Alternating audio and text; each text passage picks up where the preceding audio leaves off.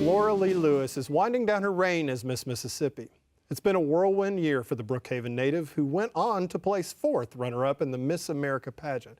And while Laura Lee worked hard to achieve her dream, she will be the first to tell you her road to the crown wasn't always a smooth one.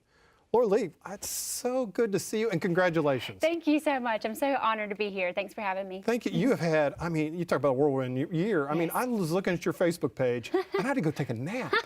I mean, you're going from class to school to, I mean, you really have been working hard and making a difference. It is. When they say winning Miss Mississippi, being Miss Mississippi is a job, it definitely is. And I'm Miss Mississippi 24/7. And so as, you know, looking at Facebook, even my friends and family are going, what do you, when do you get time to sleep? You know, what do you do to relax? But I love my job, and I wouldn't have it any other way. And you get to wear the crown. I do. I get to wear this crown that, you know, sadly it's not real diamonds, which my kids love to ask me that. Yes. You know, I wish. You'd have to have bodyguards if you walk around. I would have to have a whole crew around me if this is real, but it still is. It feels like it's made of real diamonds because of how special this is to me. It's pretty cool. And how do you, is it pinned in, or do you just naturally? It's just bobby pinned in on the side. You can see the little elastic bands there. Oh, yes. We have our little tricks up our sleeves. I'm impressed. Us pageant girls. I'm impressed. I discovered something, you and I have something in common, which is kind of a shock. You're a Star Wars fan. Yes. Yeah. May the force be with you. May the force be with you. And that gives you some serious street cred with the kids, doesn't it? It does, because when, you know, sometimes when a blonde pageant girl walks into a school, of course my princesses, they go, oh, it's a beauty pageant queen. Oh my goodness, she's a princess. We're so glad. Oh my goodness, they're freaking out. Yeah. But the boys are going, yeah, you know, it's a girl with a crown on her head, whatever. Yeah, they're obviously younger than 13. Obviously, yeah. But then when I bring up the fact that I'm from Mississippi State and I love Dak Prescott, which, you know, who from Mississippi doesn't, but then I talk about Star Wars, and we talk about Luke Skywalker and Princess Leia, and then the conversation and the eyes start popping out, and the boys get really excited about Miss Mississippi. And when they start throwing trivia at you, you can hold your own. Oh, I can hold my own with them. Now, the new cartoon Star Wars series, there's some new characters that they asked me about that, and I said, I have no idea what you're talking about. I'm more, you know, on the original, you know, that aspect of Star Wars. But when I can start naming off characters and what my favorite Star Wars show is and movie is, they go, wow, she really does love Star Wars. Well, let me ask you, number one, what's your favorite movie, but which character do you relate to the most? Character I would probably relate to the most would be Princess Leia. I think she is a strong character. She's not afraid to speak her mind. Now, I'm not afraid to speak my mind. I do, you know, I do care about others. And she'll shoot you. I mean, she'll come after you. Yeah. She's pretty tough. I think that what's neat about her is she is a princess, but she's also much more than just a princess. She's a general also. Yes, she has so many different qualities about her that make her a strong woman, and that's what the Miss America organization is all about, is, you know, promoting strong and encouraging young women of not only Mississippi, but our nation. And I think Princess Leia has a great recognition and an example of what a Miss America should be, is someone who's not just about the princess, the queen, but who's one about making a difference in her world. I watched a lot of the videos from the Miss America. You were having the best time of my life. Yeah. Yes. You could tell. The energy that comes about from being at Miss America is, oh my goodness, it's incredible. I can't explain the emotion that you go through and the roller coaster, but to give an example of how I felt, it's the Super Bowl for girls. Right. I wish I could relive that day on repeat. It was amazing. Well, it's so your talent is singing, although I will say, and we will talk about this in a minute, that really your talent is resilience. But your talent is singing, and you sang a Barbra Streisand song, "A Piece of Sky." Yes. Which, you know, I wanted you to talk a little bit about the lyrics, but it was so fun watching that video from it, was the looks on the judges and the audience's face while you were singing. They were like, it looked like America's Got Talent, or so, you know, you were nailing it. I really appreciate that. You know, music has kind of been my outlet growing up, and something that I've really enjoyed.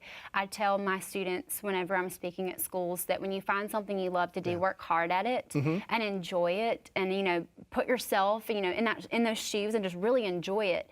And music to me is much more than just singing on a stage and performing to people. It's sharing a story with others. And not most people know the background of Laura Lee is that I didn't always look like this.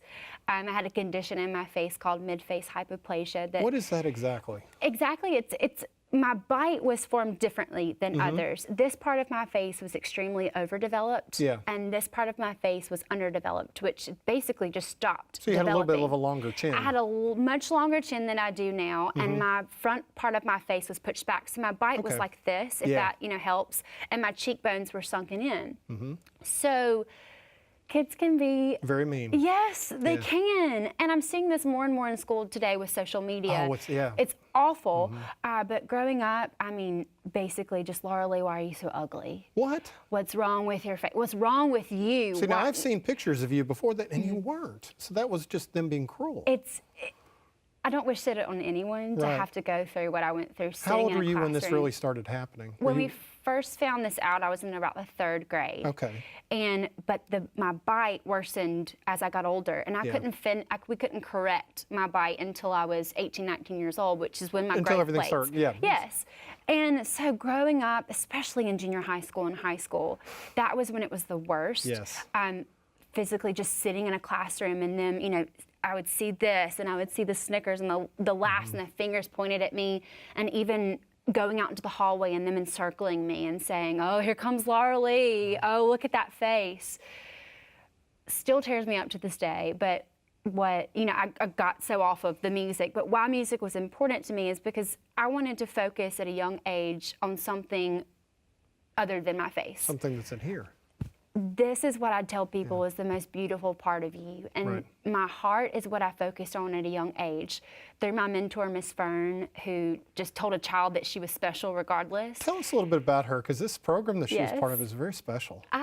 See, she just I know, you're just glowing. Exactly. Something about Miss Fern. And sorry, I've gotten so off of music. We have plenty of time. We'll get there. Miss Fern, the world needs more of her. Yeah. She just took me at a time where I was the lowest of the low, a little 3rd grade student who was so uncomfortable in the classroom, and she told me, "Laura Lee, you're special. One day you're gonna do something so big, I have no idea what it's gonna be, but you're gonna be a leader and you're gonna change the world, and I can't wait to see you do it. But believe in yourself, Laura Lee. No matter what someone tells you can't do, you can and you will. You just gotta believe it, because what's right here is the most beautiful part of you." And even my parents instilled that in me at a young age, to not look at the outer appearance of people. I don't care a skin color, I don't care a gender, I don't care where they come from. I look directly at someone's heart, because that's the most beautiful part of them. And because Miss Fern taught me that at a young age, I'm standing here today as Miss Mississippi. Well, that gave you a lot of, I guess, almost armor. When you were in, I'm going to say, junior high school and middle school can be terribly cruel. Yes. But you had the courage to go for Mississippi's Outstanding Teen in 2009. That really did take some courage, didn't it? That's where the music kind of plays in, is to get away from the negative aspect of how I felt in the school, and to get away from that emotional, that low self-esteem that I had.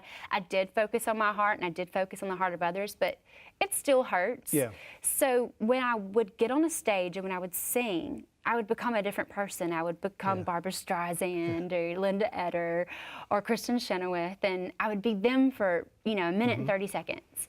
So I found out that the Outstanding Teen program was, had a talent portion. But when I found out it was somewhat of a beauty pageant, which people think that Miss America is, I went, there's no way. Looking like I look, there's no way they're gonna want me. Why would they? I'm people tell me I'm ugly, so why would they want an ugly girl? Well, I quickly found out that the Miss America organization and the teen program, being a part of it, is much more than I would have ever expected. They, just like I learned at a young age, focus on a girl's heart and what she's doing for others, her service, her, her intelligence, the impact that she's making on the world. They're focusing on that, her talents and her gifts.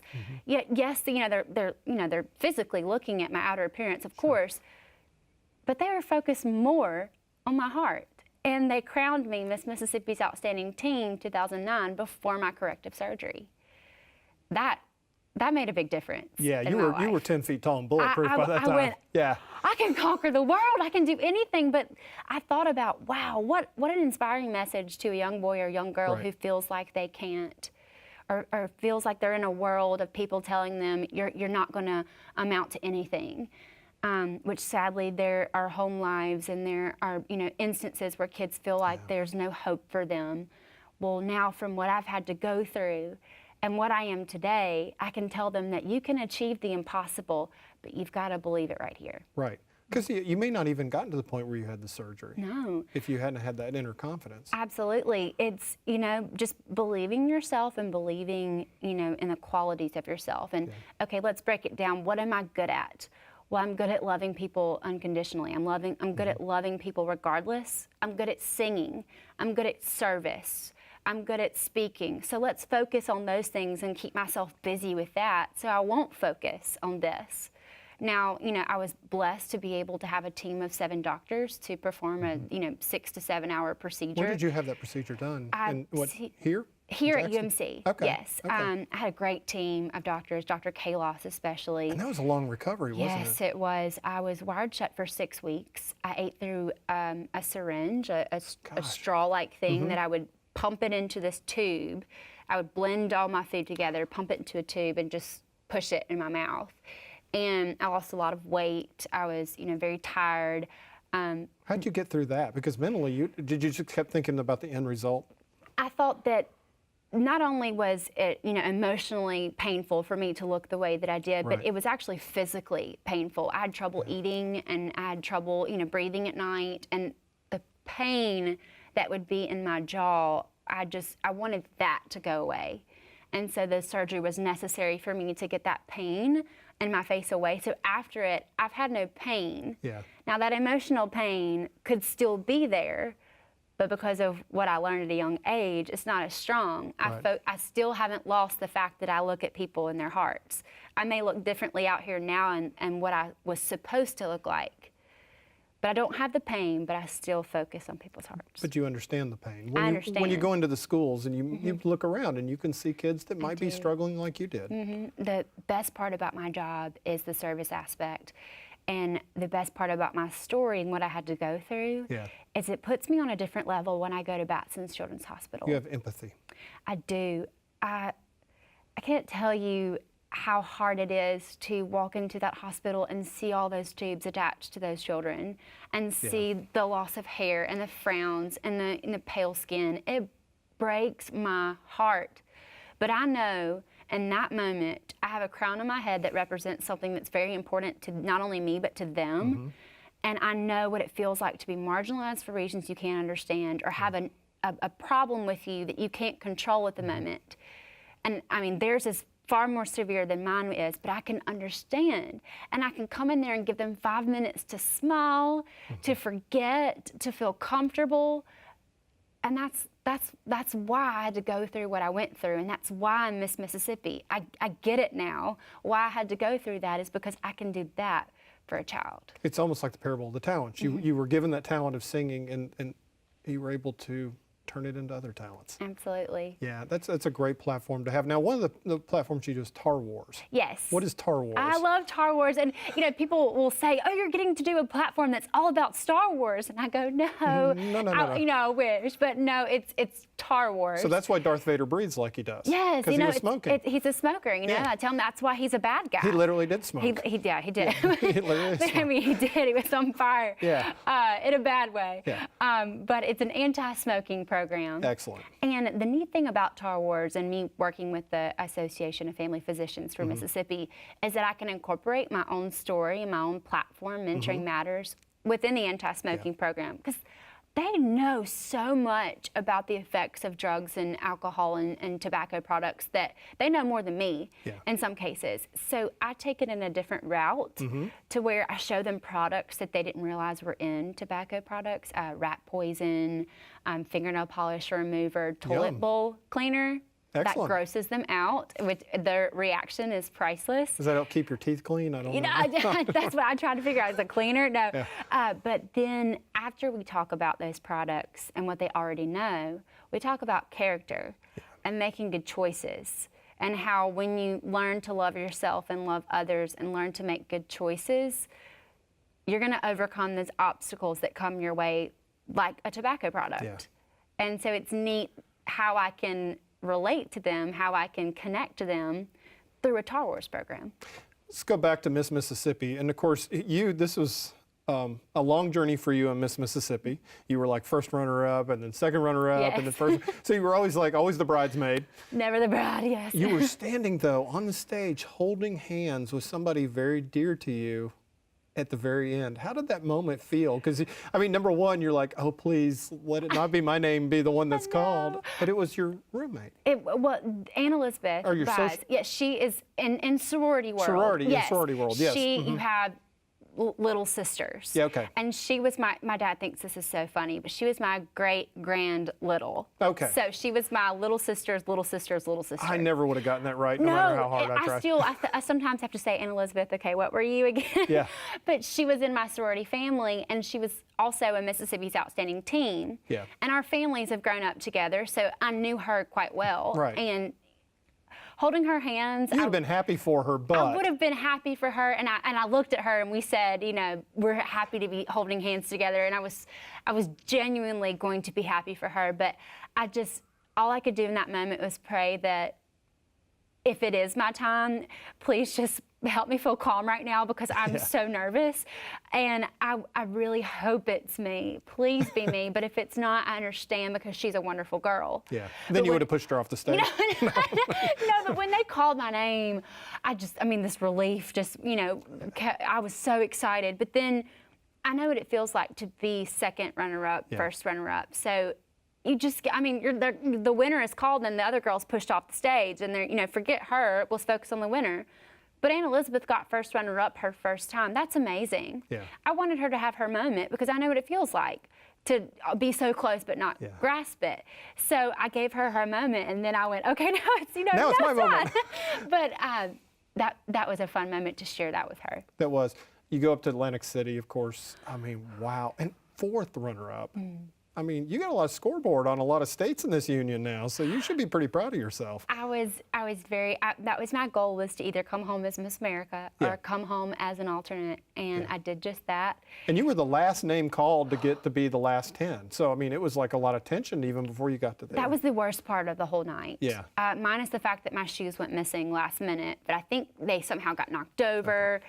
Things happened, and they were nowhere to be found, and they said, Miss Mississippi, they're pulling my right arm, you need to be on stage like 2 minutes ago.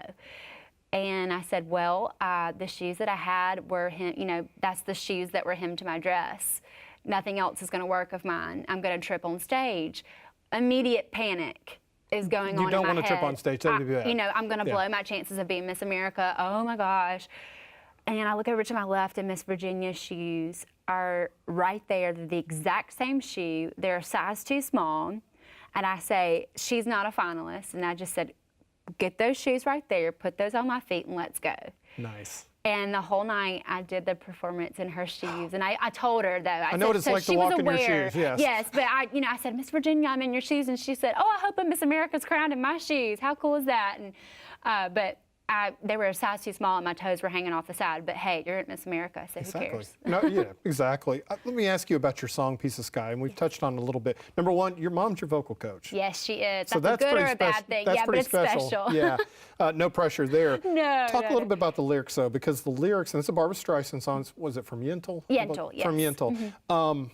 The lyrics, though, really kind of describe your journey. They do. Yeah. It's a special piece, not only to me, but to my family, because it's a reminder of the journey that not only I've been on, but we've all been on.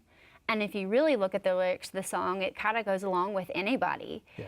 And when I sing, I want to find a song that has meaning to it and that it's going to make a difference in the life of someone. I sing with a lot of emotion because of, like I told you earlier, I get so into the song because that's how I escaped. Yeah. So I became Barbra Streisand, and I became that character on stage, but normally the song goes, Papa, can you hear me? Papa, can you see me? And my dad, bless his heart, he kept going, why are you saying Papa? I just don't get it.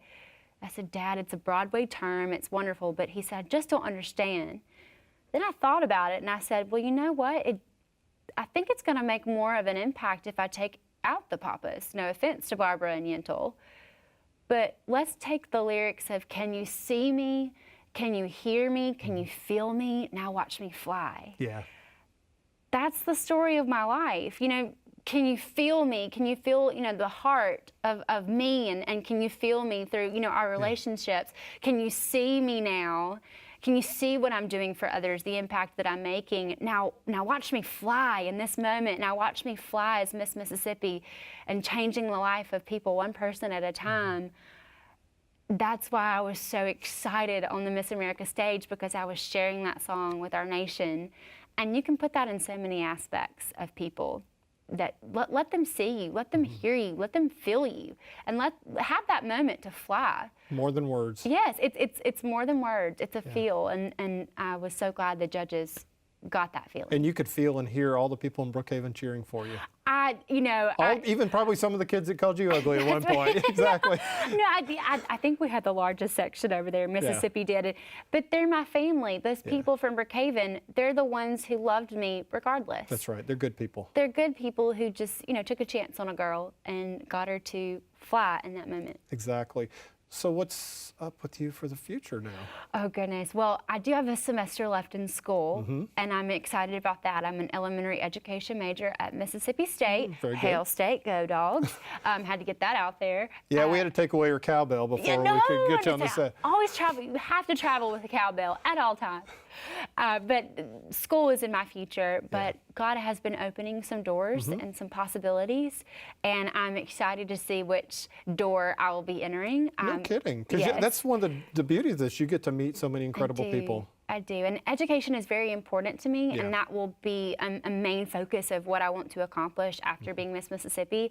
But, you know, it's exciting to see where God's going to lead me next. And you're going to go for your master's degree. I am, absolutely. Well, of course, you have that scholarship money laying around. Why not? You know, just like a pocket full of You're like Scrooge McDuck. You got a big room vault full of money. My dad said, you know, you're not going to let that go to waste now, are you? I said, no, I'm going to go as long as they'll let me, as long as it'll allow me to. And I think I could get as many degrees as I need to further my career in education just from competing in Miss Mississippi. You ever foresee yourself being a mentor the way you were mentored? I hope I can be. Even, you know, to my princesses in Miss Mississippi, I try to be an example to them and try to show them love like Miss Fern showed to me. But that's why I want to be a teacher. That's why I want to be an administrator one day, because I want to do exactly what Miss Fern did to me.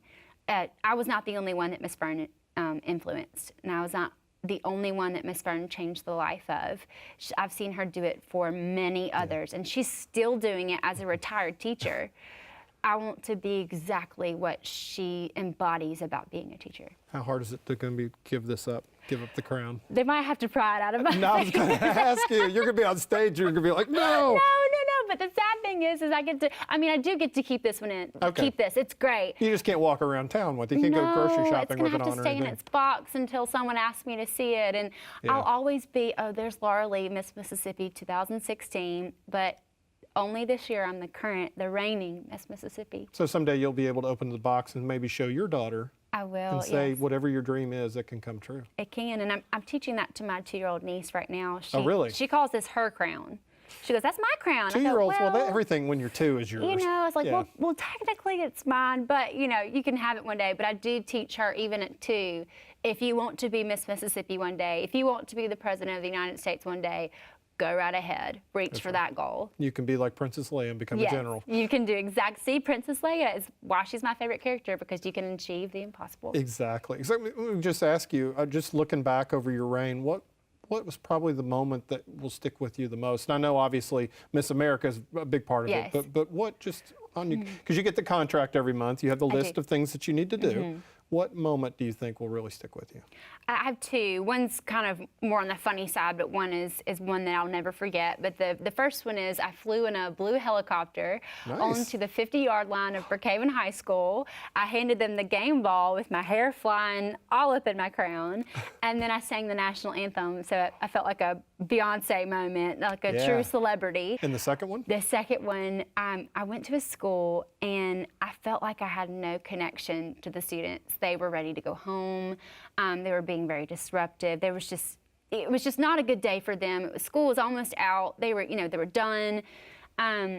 I tried my hardest, and I said, I'm just not reaching them. I should just, I'm going to finish up my story and finish up my spiel, and I'm going to try to reach them. I'm not going to give up, but then we're just going to end it short and just, go home.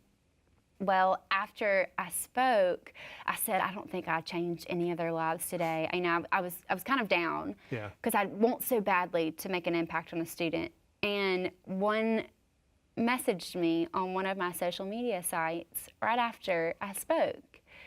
And she said, I just want to let you know that, I apologize if we were disruptive. We had a lot going on that day. And she said, I apologize for that. But you really made a difference in the life of my friend. And she's not going to tell you that, but I want to tell you.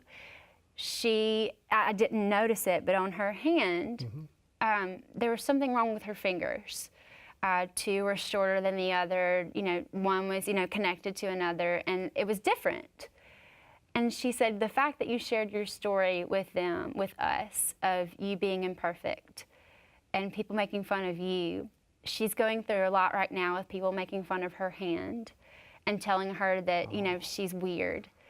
And it meant a lot to know that a Miss Mississippi went through something very similar to what she's going through now, and that she could do anything she puts her mind to. She said, I want to personally thank you for making an impact on my friend. That's icing on the cake of my job. Laura Lee, thank you for sharing your story with us today. Thank that was you wonderful. so much. And may the force be with you. May the force be with you. I love it.